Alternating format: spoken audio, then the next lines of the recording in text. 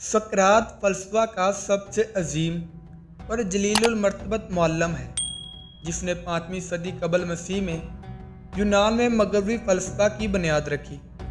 दोस्तों, सकरात मिलाद मसीह से 470 साल पहले यूनान के मारूफ शहर एथेंस में पैदा हुआ, लेकिन इसकी इब्तदाई ज़िंदगी के बारे में तहरीरी शवाहिद नापैद हैं।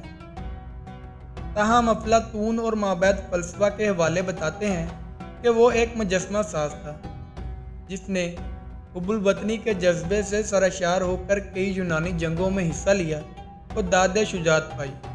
दोस्तों, मज़ीद बात करने से पहले मैं आप लोगों से गुजारिश करना चाहूँगा कि अगर आप लोगों ने अभी तक हमारे चैनल को सब्सक्राइब नहीं किया तो मेहरबानी फरमाकर हमारे चैनल को सब्सक्राइब कर लें और साथ लगे बेल आइकन को भी प्रेस कर लें।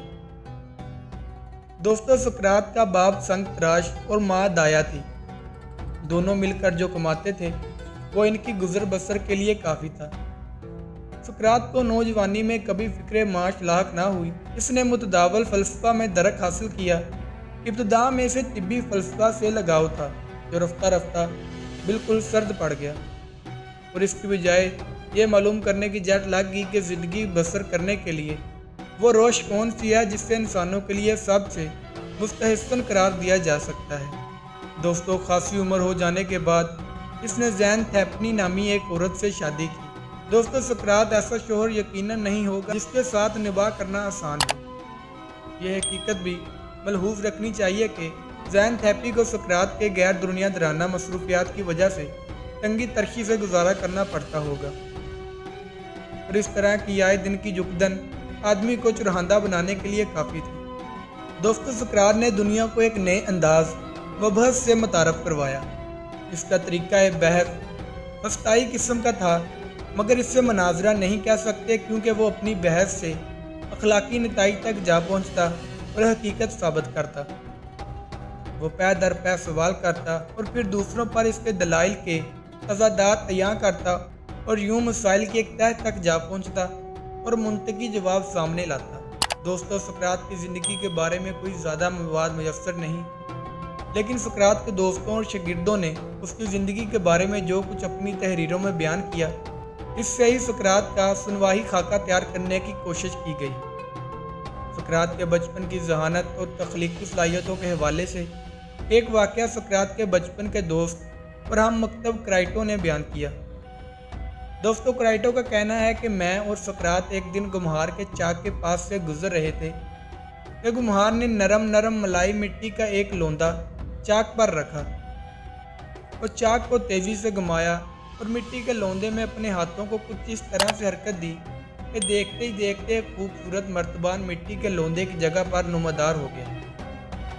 सकरात ने कहा, अभी तो चाक पर मिट्टी का लोंदा था, यह खूबसूरत मर्तबान आखिर कहाँ से आ गया?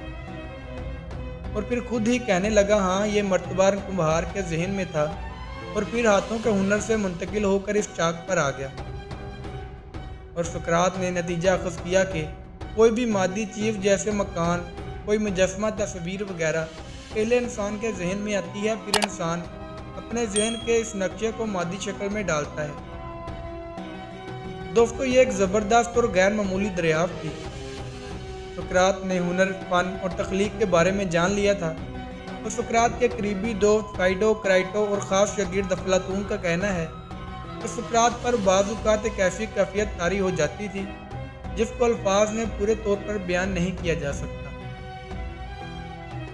दोस्तों, सकरात ख्याल करता था कि इल्हामी निशान देवताओं की जानिब से उसकी रहनुमाई करता है, क्योंकि देवताओं को तमाम चीज़ों का इल्म है।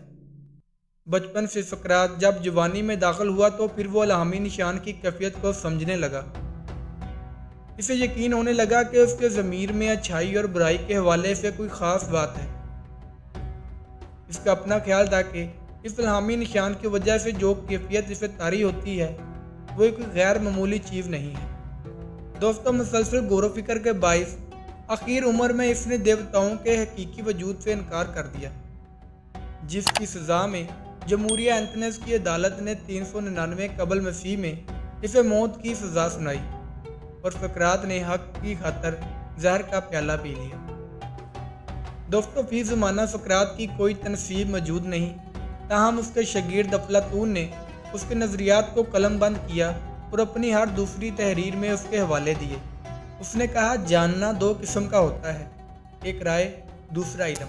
आम आदमी फ़कत राय रखता है और इस पर अमल करता है, जबकि इल्म सिर्फ हकीम को हासिल होता है। नेकी इल्म है, इसलिए इसकी तालीम भी हो सकती है।